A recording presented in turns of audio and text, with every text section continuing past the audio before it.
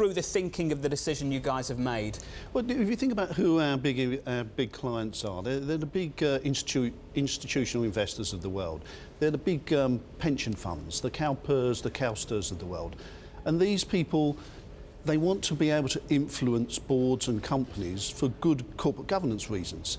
And when you have companies come to the market with no voting rights, it's very difficult for these shareholders to have an influence. Is it your job to be the gatekeeper of shareholder rights, though, or is it your job just to make sure there's an investable opportunity there available for investors? Well, it's our job to set minimum standards. In the past, these minimum standards have been set by the regulators, but regulators are competing for listings.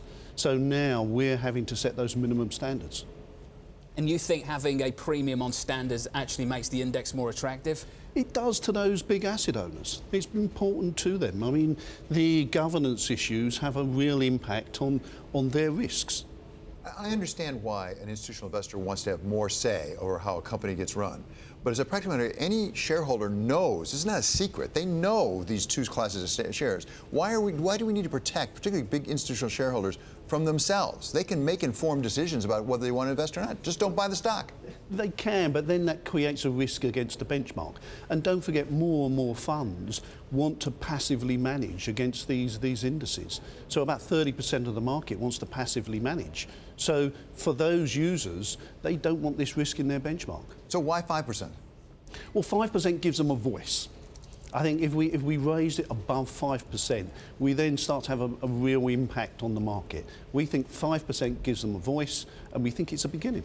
Well, can you have it both ways? I mean, don't you want to have an impact in the market? Isn't the whole idea these institutional investors get to change the way the companies do their business? That's an impact in the market. Well, that's for those investors. Us as an index provider is there to provide a mirror on the market. We're there to show what the market looks like. So we want to reflect the market in its totality.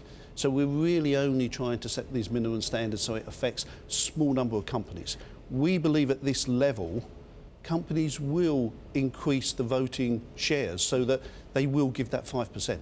Do you think it'll have any impact on what kind of companies will come to the IPO market? I mean, if you look at IPO as a health for the economy, are you worried about that with this? No, I don't think so. And at 5%, I don't think we will have a material effect. I think what we will stop, though, is the one or two companies, the handful of companies, who are coming with no voting rights. And shareholders have no say and no voice. And it's important to have these standards. Mark, what happens to the companies that are already listed and don't meet the threshold? Yeah.